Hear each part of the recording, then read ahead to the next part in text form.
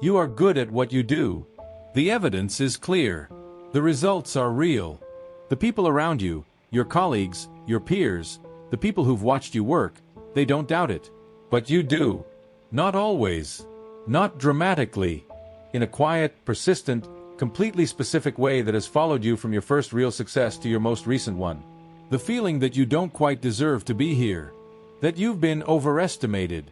That at some point, soon, probably, someone is going to look closely enough to see what you actually are. And the most confusing part is this. The smarter you are, the worse this feeling gets. Not better. Worse. Today we're going to name exactly why. And why the imposter syndrome that plagues the most capable people is not a distortion of reality. It is, in a very specific way, a consequence of it.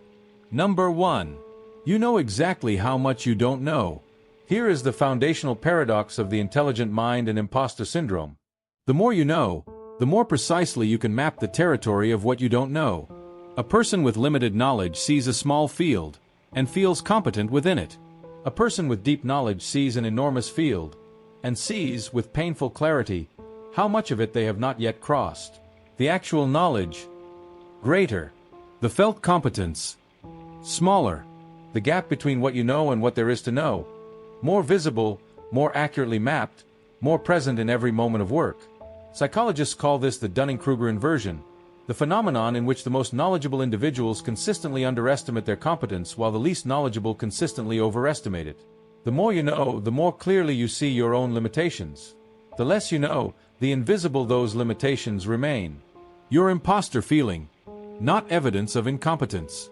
Evidence of how clearly you can see the full landscape of what you're working in. Number 2. You hold yourself to a standard nobody else can see. The intelligent person does not measure their competence against the external standard, the one everyone else uses, the one that produced the recognition, the achievement, the room they're standing in. They measure against an internal standard, one that is always higher, one that has never been written down or explained to anyone, one that most people in the room cannot see and would not understand. By the external standard, you are competent, qualified, legitimate, in the right room. By your internal standard, always falling short, always aware of the gap between what you produced and what you know it could have been, always measuring the work against the version of it that existed, briefly, in your mind before execution made it real and therefore limited.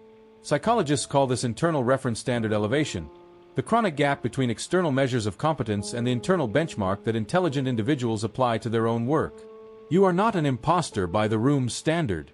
You are an imposter by yours. And yours is the only one you can fully see. Number 3. You remember every mistake with precision. The intelligent mind is an exceptional record keeper, particularly of failures. Every mistake, stored with full context, full implication, full emotional weight, retrievable on demand, available as evidence, ready to be cited in the internal trial that runs whenever someone suggests you deserve to be where you are. The successes, also stored, but processed differently, explained away, attributed to circumstances, luck, the quality of the team, the specific conditions that won't be present next time. Psychologists call the self-serving attribution asymmetry inversion, the reversal, in high-achieving individuals, of the standard human tendency to attribute success to self and failure to circumstances.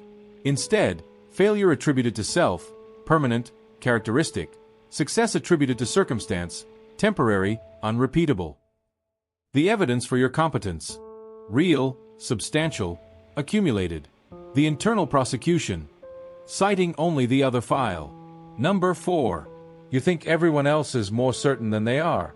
Here is a specific, structural feature of imposter syndrome that makes it so persistent. You experience your own internal uncertainty, the doubt, the not knowing, the gap between your performance and your internal standard, in full detail from the inside. You experience other people's competence from the outside only, through their polished outputs, their confident presentations, their visible achievements. You never see their internal uncertainty, their doubt, their own gap between performance and standard, their own imposter feeling. The comparison, structurally unfair. Your raw internal experience against their curated external presentation. Psychologists call the social comparison asymmetry, the systematic underestimation of others' internal uncertainty caused by comparing internal experience to external observation. Everyone in the room. Also uncertain. Also running an internal standard they don't meet. Also performing more confidence than they feel. You are watching the performance. You are living the backstage. You think you are the only one with a backstage. You are not. Number 5. Your standard moves every time you meet it. This is the mechanism that makes imposter syndrome self-perpetuating in intelligent people specifically. Every time you reach the standard, prove the competence, achieve the goal, earn the recognition, the standard moves. Not because you failed. Because you grew. Because a mind that is constantly learning constantly revises what competent means upward. The result? You never feel competent at a level for very long before the definition of competent at that level becomes insufficient. You are always a beginner at your own frontier. Psychologists call this competence threshold elevation, the continuous raising of the internal standard for competence in response to actual growth, ensuring that the feeling of genuine competence is always just ahead of the current level of achievement. You are not incompetent. You are growing faster than your sense of competence can follow. The imposter feeling. Not evidence of a gap between who you are and who you should be. Evidence of a gap between who you are and who you were last month. Number 6. You were told your intelligence was the whole point, and now you're afraid it's not enough. This is the deepest layer. The one that starts earliest.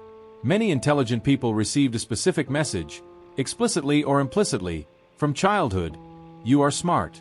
That is what you are. That is your value. That is what makes you matter.